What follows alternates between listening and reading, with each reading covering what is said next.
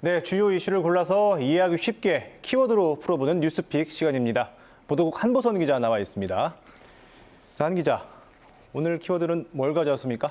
네, 오늘의 키워드 꼬레아노스 장관입니다. 네. 꼬레아노스, 라틴어로 한국인이라는 뜻인데요. 천주교 대전교구 유흥식 대주교가 한국인 최초로 바티칸 교황청의 성직자성 장관에 임명됐습니다.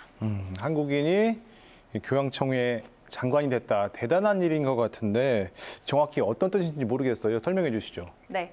교황청이 있는 바티칸 시국은 국제법상 독립국의 지위를 갖고 있습니다. 즉 쉽게 생각하면 외국인이 다른 국가의 장관을 하는 격인데요. 네. 장관직을 맡게 된 성직자성은요, 500년 역사를 가진 교황청의 주요 부처로 전 세계 사제들과 부제들의 모든 직무와 생활에 관한 업무를 관장하고 또 신학교 관할권도 갖고 있습니다. 이렇게 유서 깊고 영향력 있는 부처의 장관은 보통 이탈리아인이 해왔는데요. 동양인이 장관으로 임명된 건 엄청난 파격이라고 합니다. 우리나라로 치면 행정안전부 장관을 외국인이 한다고 볼 수 있는 거죠. 한 기자 설명을 듣고 보니까 이게 얼마나 파격적인지는 알 것 같은데 유흥식 대주교 한국인이잖아요. 네. 그러면 뭐 이중국적 문제 없습니까? 복수국적. 네, 그 문제도 설명을 해드리겠습니다. 유 대주교는 대전교구에 적을 둔 채 장관직 임기 동안 바티칸으로 파견을 다녀오는 형태여서 복수국적 문제는 발생하지 않고요. 장관이 된 이후에 추기경으로 서임된다면 바티칸 시민권을 받게 되는데 한국 정부가 추기경에 대해서는 예외적으로 복수국적을 인정해와서 법적인 문제는 없을 것으로 보입니다. 그렇군요. 그럼 이번엔 인물에 대해서도 알아보죠. 유흥식 대주교 어떤 분입니까? 네, 1951년에 충남 논산에서 출생했고요. 예. 1979년 이탈리아 로마 라테라노대 교의신학과를 졸업했습니다. 사제 서품도 이탈리아 현지에서 받았는데요. 덕분에 이탈리아어에 능통해서 이탈리아어를 모국어처럼 쓰는 교황청의 고위 성직자가 되기에 부족함이 없다고 합니다. 논산 출생이고 그렇다 보니까 우리 지역하고도 인연이 깊다고요. 네, 맞습니다. 앞서 말씀드린 대로 논산에서 태어나 논산 대건고를 졸업했고요.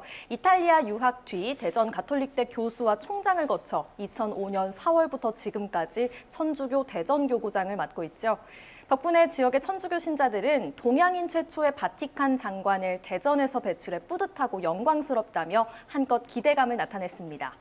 유흥식 대주교를 가까이에서 지켜본 강대원 대전교구 신부는요, 성실의 아이콘이고 사제와 신자들과의 만남을 기뻐하시는 분이라고 설명했습니다. 잘 들었습니다. 그런데 교황청 이 장관으로 임명된 과정도 좀 궁금한데 이것도 설명할 수 있습니까? 네, 유 대주교와 프란치스코 교황은 2013년 7월 브라질 세계 청년대회에서 처음으로 만났습니다. 예. 한국에서 왔다는 말에 교황은 왼손 엄지손가락을 치켜들며 한국 교회는 강합니다라고 답했다고 하죠. 2014년에는 교황의 방한을 앞두고 바티칸에서 요한 23세와 요한 바오로 2세 교황의 시성식이 열렸는데요. 전 세계 1,000명이 넘는 추기경과 주교가 로마에 와서 바쁜 와중에도 프란치스코 교황과 유 대주교는 단둘이 40분 동안 대화를 나눴다고 합니다. 한국 방문을 앞둔 교황의 각별한 배려이기도 했던 거죠. 네. 면담 후에는 한복 입은 성모상을 선물로 드렸고요. 프란치스코 교황이 대전을 다해전으로 발음하자 몇 차례나 이 다해전 발음을 고쳐줬다고 전해집니다.